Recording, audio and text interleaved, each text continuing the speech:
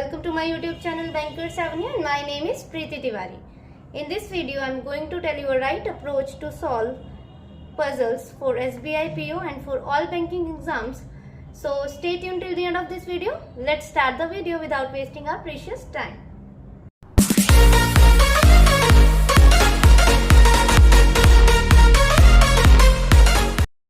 ठीक है,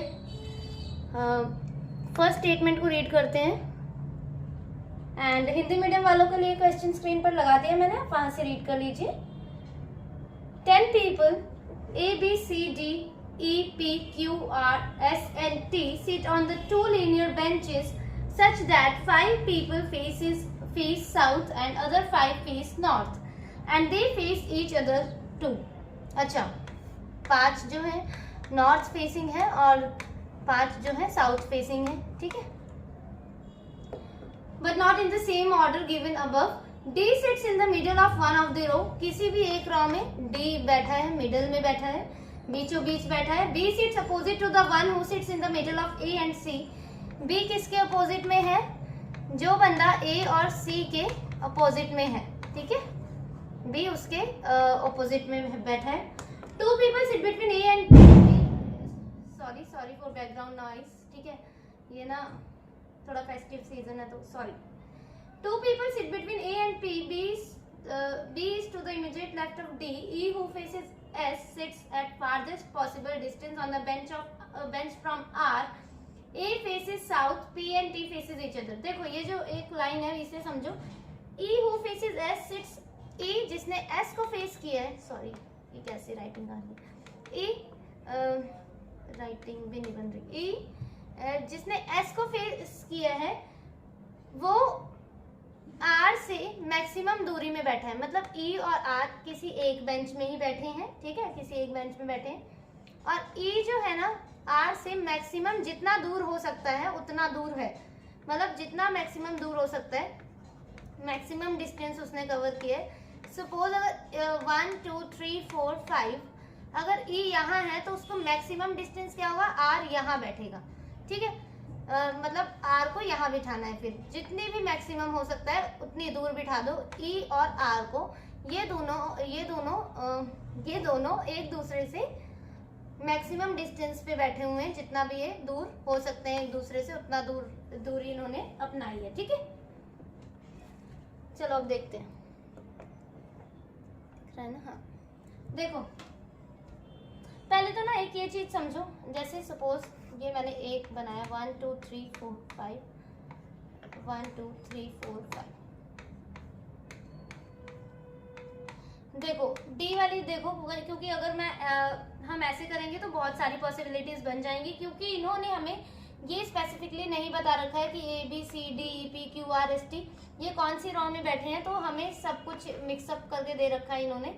तो हम देखते हैं क्या करेंगे, ठीक है. D जो है किसी भी एक लाइन में मिडिल में बैठा है. तो सपोज अगर मैं D को साउथ में बिठाती हूँ, ठीक है, साउथ फेसिंग में बिठाया मैंने D को, तो B sits opposite to the one who sits middle of A and C, ठीक है. और ये देखो एक लाइन लिखी है, third line, B is to the immediate left of D. B जो है इमीडिएट लेफ्ट है D के, तो साउथ का लेफ्ट कौन सा होता है ये, तो B यहाँ हो गया. B किसके अपोजिट में है, A और C के, मतलब कि सॉरी B किसके अपोजिट में है, जो भी A और C के मिडिल में, या तो फिर A और C यहाँ आएंगे या तो फिर A और C यहाँ आएंगे. देखो अब A और C जो है यहाँ आ गए, पर A ने चाहे A यहाँ बैठा है चाहे A यहाँ बैठा है, फेस कैसा है A का, नॉर्थ है. A का फेस कैसा बना, नॉर्थ. पर उन्होंने हमें डायरेक्ट इन्फॉर्मेशन दे रखी है कि A का फेस कैसा होना चाहिए, साउथ होना चाहिए. इसका मतलब एक चीज तो समझ आ गई कि D को हमने साउथ साइड नहीं बिठाना है, क्योंकि अगर D को हमने साउथ फेसिंग कर दिया तो उसके जो भी अपोजिट में होगा B के अपोजिट में, तो A जो है नॉर्थ फेसिंग हो जाएगा, जो कि रॉन्ग हो जाएगा. इसका मतलब हम D को साउथ नहीं बिठाएंगे, ठीक है. इसलिए मैंने अभी आपको अलग से समझा दिया, क्योंकि इतनी पॉसिबिलिटीज बनाना पॉसिबल नहीं था, ठीक है. 1 2 3 4 5 ऐसा थोड़ा सा ना करके देख लिया करो एक बार. 1 2 3 4 5 1 2 3 4 5, ठीक है. ये बीच में ना पार्टीशन है इंडिया और पाकिस्तान का. चलो ठीक है. ठीक है, फर्स्ट रो जो है नॉर्थ, सेकेंड रो साउथ, ये फर्स्ट पॉसिबिलिटी है, सेकेंड, ठीक है, फर्स्ट रो नॉर्थ और सेकेंड साउथ। देखो अब इतना तो हमें समझ आ गया कि डी को साउथ फेसिंग नहीं करना है, तो डी को नॉर्थ बिठा देते हैं दोनों कंडीशंस में, ठीक है, विजिबल है ना ये, हाँ जी, इसे आप क्लियर कर देते हैं, हाँ जी। देखो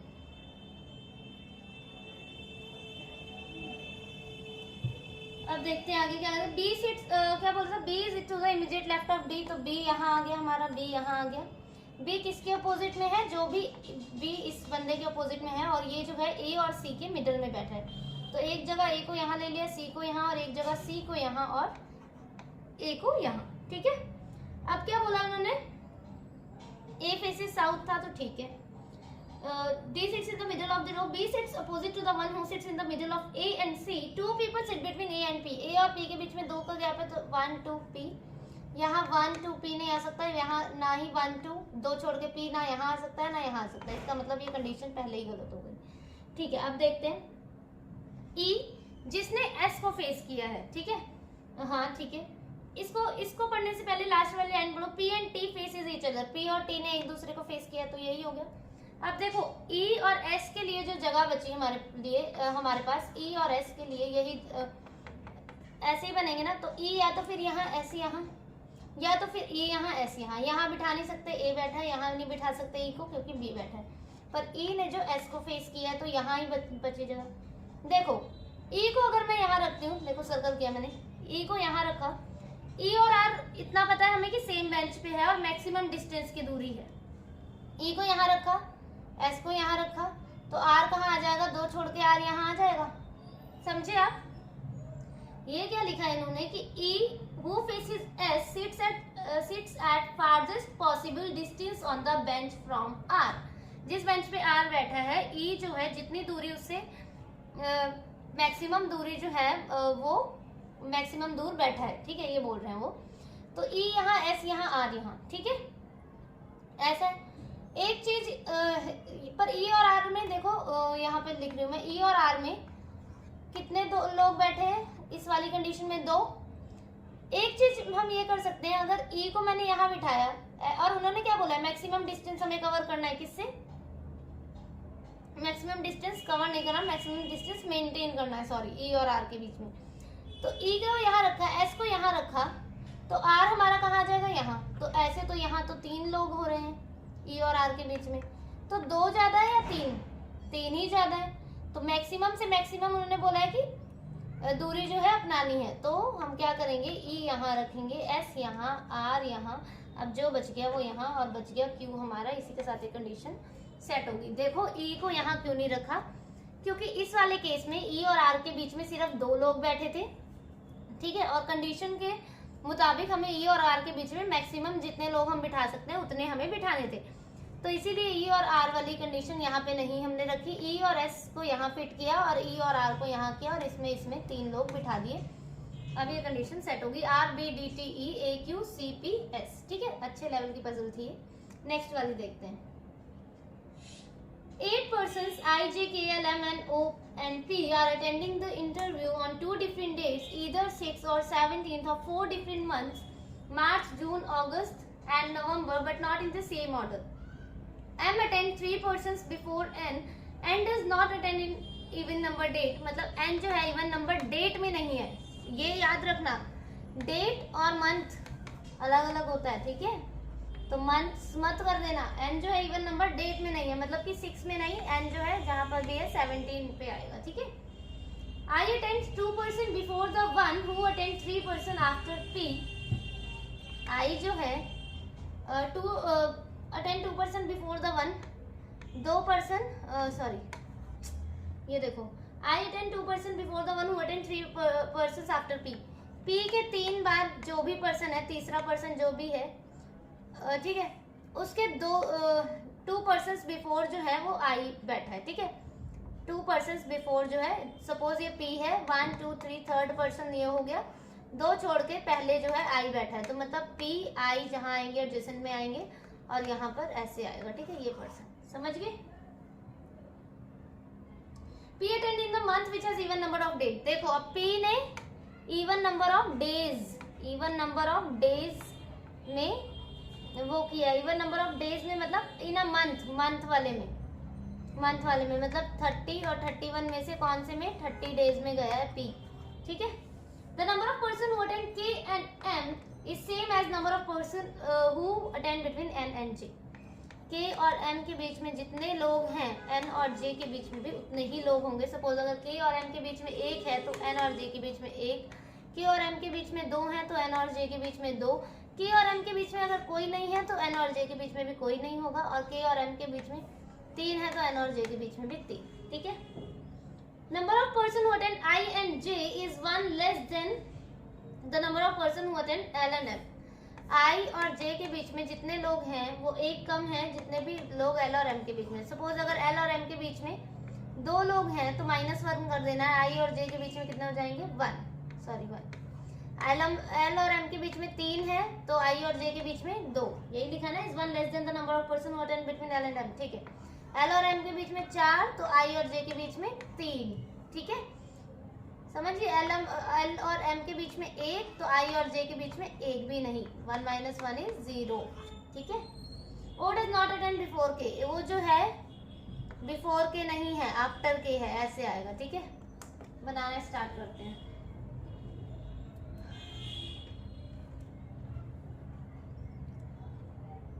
क्या है? मार्च, जून, अगस्त, नवंबर. ठीक है. मार्च, जून, अगस्त और नवंबर. ठीक है.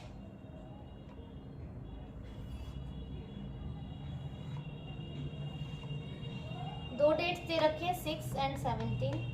6, 17, 6 and 17, 6 and 7. ठीक है. 31.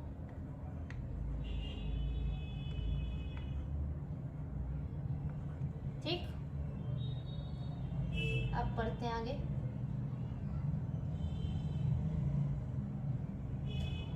क्या बोला था? देखो यहाँ से स्टार्ट करेंगे. M attend 3 person before N and does not attend in an even number date. ठीक है.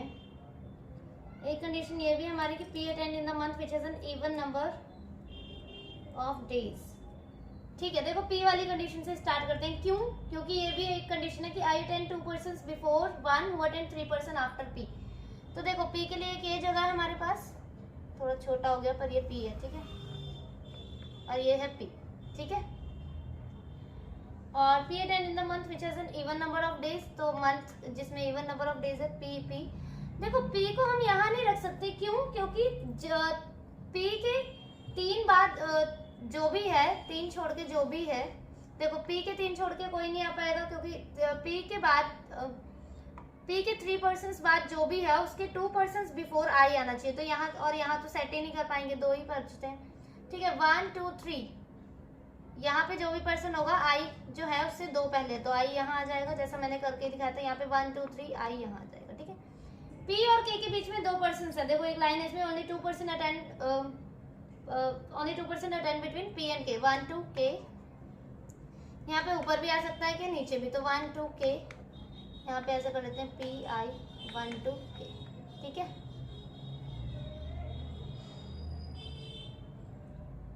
आगे देखते हैं. M और N वाली कंडीशन को सेट करते हैं हम.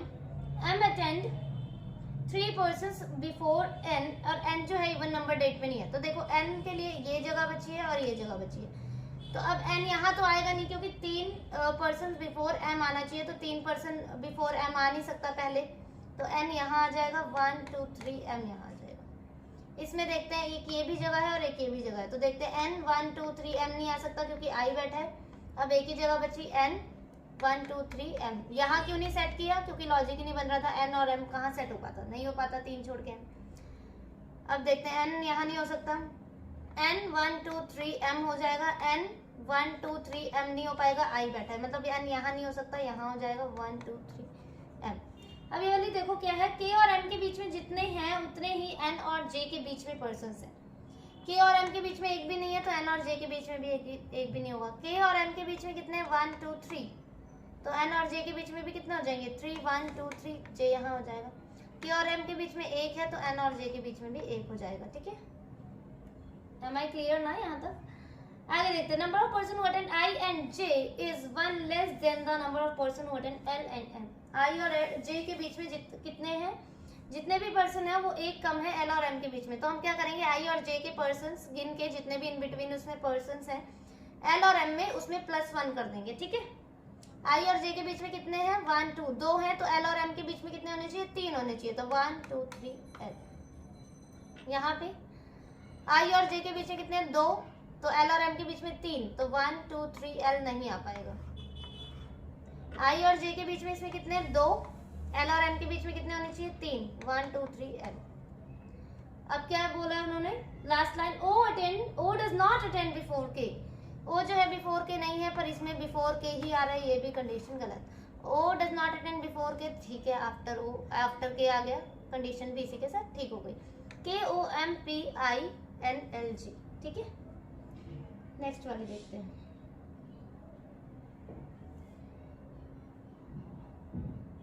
Nine persons R, S, T, U, V, W, X, and X, Y, and Z are sitting on a triangular table such that all of them are facing towards the center. 3 persons sitting on each corner, whereas 2 persons are sitting on each shorter side of the table.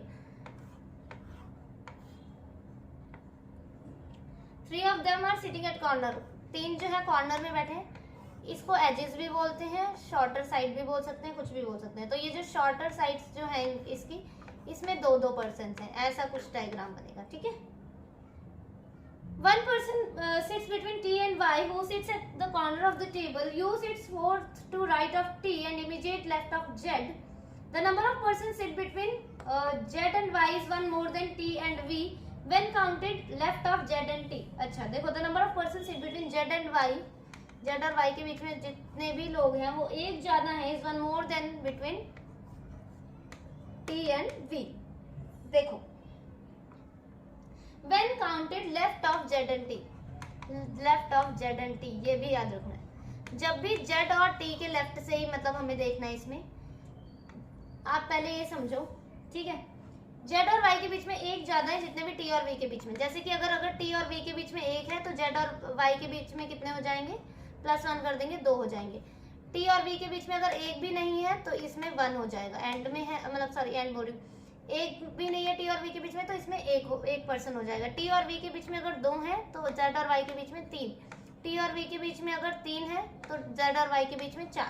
ठीक है, और देखना कैसे है, T और V को गिनना कैसे है, T के भी लेफ्ट से गिनना है V तक। ठीक है, लेफ्ट से गिनना है T और V के बीच में, और Z से के भी लेफ्ट से गिनना है, राइट से नहीं गिनना है, राइट से पर्सन्स को नहीं गिनना है, लेफ्ट से ही गिनना है Z और T के। ठीक है, X sits at one of the corner। देखो 2 चीज दे दी इन्होंने, Y जो कॉर्नर में है और X भी कॉर्नर में है, तो Y और X तो ऐसे ही कॉर्नर में है। X sits at one of the corner of the table and sits second to right of R। S does not adjacent to V। S जो है V के adjacent में नहीं है, adjacent मतलब साथ में नहीं। ठीक है, करते हैं, ट्रायंगल ड्रॉ करते हैं हम अच्छा सा, वो भी वेट।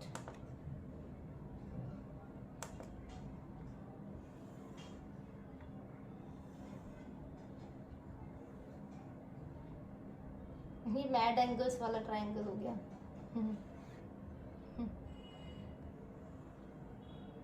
ये तो कुछ ज्यादा ही अच्छा हो गया, चलो कोई बात नहीं। 1 2 3 4 5 6 7 8 9, 1 2 3 4 5 6 7 8 9। क्या बोला, 3 of them whereas all of them are facing towards the center। facing towards मतलब facing inside।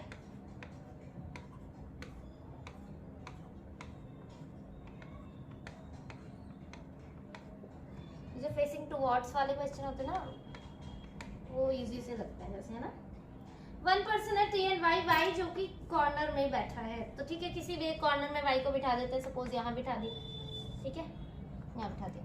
T और Y के बीच में एक है तो T को एक जगह यहाँ ले लिया और एक जगह एक छोड़ के यहाँ ले लिया।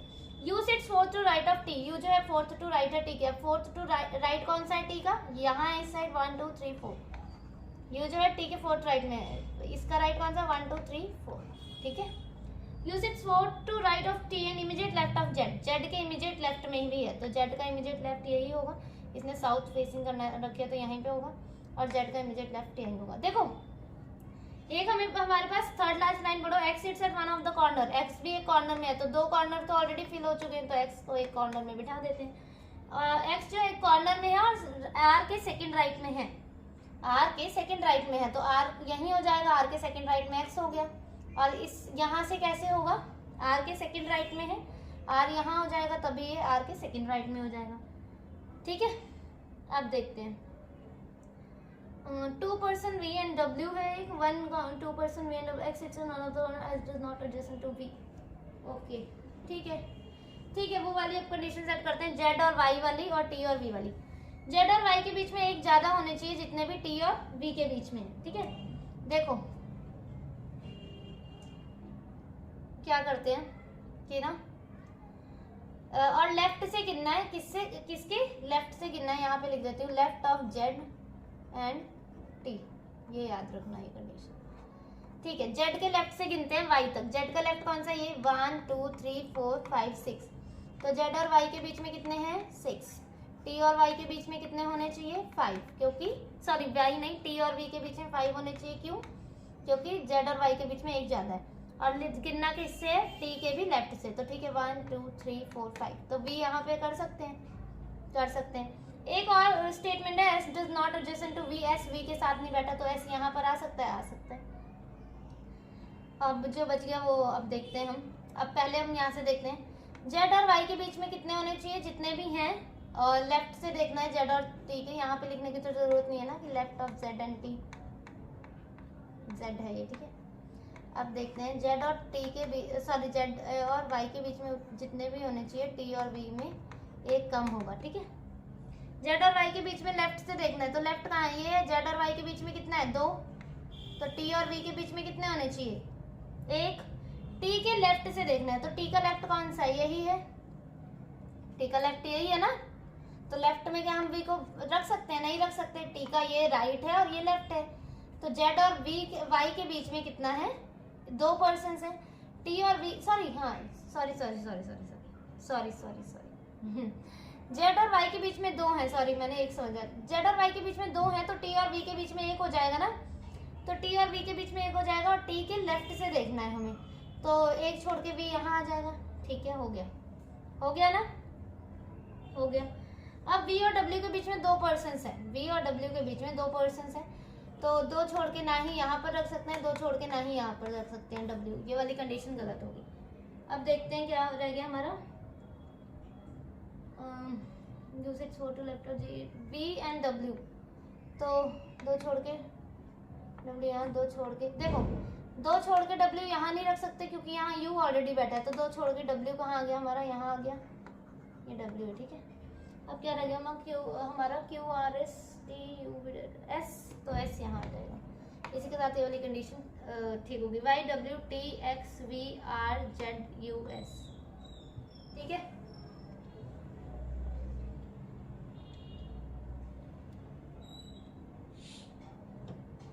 चलो ठीक है, फिर ये this is all about today's video, ठीक है। एंड आप मेरा टेलीग्राम चैनल ज्वाइन कर सकते हैं, टेलीग्राम कितना गंदा सा क्यों लिखा गया, टेलीग्राम चैनल बैंकर्स एवेन्यू से ही है, उसमें आपको पीडीएफ्स वगैरह मतलब भेज देती हूँ मैं, तो आप वहाँ से डाउनलोड कर सकते हैं, ठीक है, पजल्स वगैरह की और भी जो भी इम्पोर्टेंट लगती है मुझे। And thank you for watching the video.